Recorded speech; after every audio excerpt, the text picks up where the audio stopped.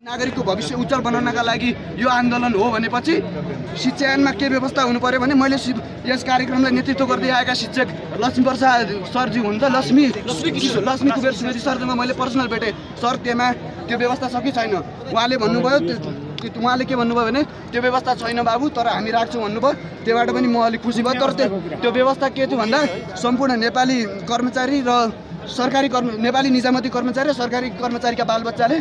12 सम्मको अनिवार्य शिक्षा सरकारी विद्यालयबाटै उत्तीर्ण गरेको हुनु पर्यो। किन भन्दा यो व्यवस्था भएपछि चाहिँ टिचरहरू पनि एकदम फोकस भएर पढाउँछन्। उनीहरू चाहिँ किन भन्दा उनीहरूको बच्चा बच्ची पनि त्यही विद्यालयमा पढ्छ नि त, नत्र त इग्नोर गर्छ यताउता कसको बालबच्चा हो भन्ने। यो सिस्टम मैले देखेको छु र मैले यो कुनै शिक्षकको विरोध पनि गरेको होइन। अनि अर्को सिस्टम त्यो पनि हुनुपर्छ, निःशुल्क शिक्षा र 12 सम्म त्यो हुनु पर्यो। र यो टिचरहरू पनि रोटेसन गराइदिनु पर्यो सिस्टमले। जस्तै काठमाडौँको टिचर छ भने जुम्ला पठाउने यताउता रोटेसन गरेर त्यसपछि चाहिँ नेपालमा एक्चुअल डेभलपमेन्ट हुन्छ। यदि यो आवाज यस कार्यक्रमलाई नेतृत्व गर्दै आएका राष्ट्रिय महासङ्घ शिक्षकका अध्यक्ष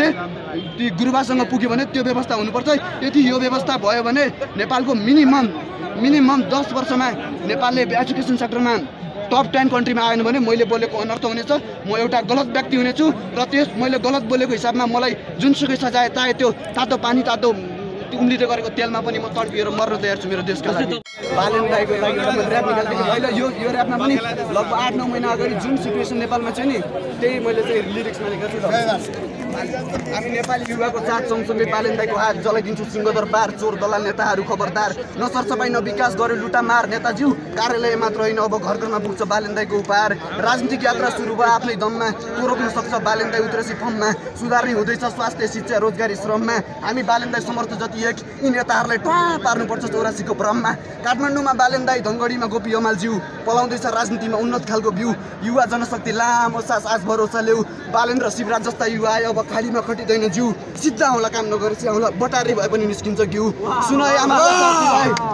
आमा बुवा साथीभाइ 84 मिसनलाई कि त गोपी यमालज्यू खिचायो बालेन दाइ, सुनाए आमा बुवा साथीभाइ 84 मिसनलाई कि त गोपी यमालज्यू खिचायो बालेन दाइ, बुढा बाजेहरू बेडमा पदमा होस् र हामी जस्ता मर्दलाई स्वीकार बालेन दाइ 84 मिसनको बाचा र शर्तलाई, ओल्डको पोल्युटेड सिटी हुँदैछ सरसफाइ बकबक गर्ने झोली होइन हामी सबैले चाहियो काम गरी देखाउने बालेन दाइ। हामी नेपाली युवाको साथ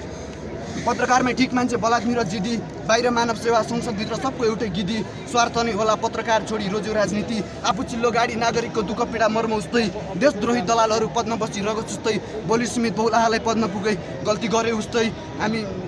कहिले बुझ्छौ दिन दुखी जनताको पिर, म बोल्छु अब देशको बारे मेरो छातीमाथि बन्चरोले चिर, म बोल्छु अब मेरो देशको बारे मेरो छातीमाथि बन्चरोले चिर, समाजवादी बन्छौ देशको ढुकुटी आफ्नो नाममा राखी, समाजवादी बन्छौ देशको ढुकुटी आफ्नो नाममा राखी, कोही जन्मिएन होला पर्सेन्टदेखि बिदेउबा तिमी जस्तो पापी, कोही जन्मिएन होला पर्सेन्टदेखि बिदेउबा तिमी जस्तो पापी, नेपालीको पीडा देख्दा भकानिएर मन रुन्छ फेरि अझै, नेपालीको पीडा देख्दा भकानिएर मन रुन्छ फेरि अझै, देशको सुधार देख्दिन म पर्सेन्टदेखि बिदेउबा परलोकमा नगई, देशको सुधार देख्दिन म पर्सेन्टदेखि बिदेउबा परलोकमा नगई,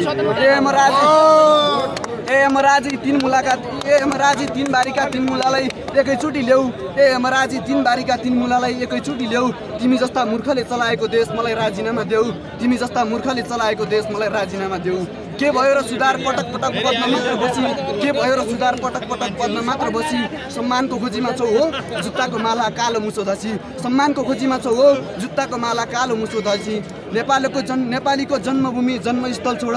शङ्कै लाग्छ मलाई तिमी नेपाली नै हो र, नेपालीको जन्मभूमि जन्मस्थल छोड शङ्कै लाग्छ मलाई तिमी नेपाली नै हो र, होइनौ तिमी नेपाली जाऊ आफ्नो परिचय खोज, होइनौ तिमी नेपाली जाऊ आफ्नो परिचय खोज, कुन देशका जङ्गली हौ हाम्रो राष्ट्र छोड, कुन देशका जङ्गली हौ हाम्रो राष्ट्र छोड।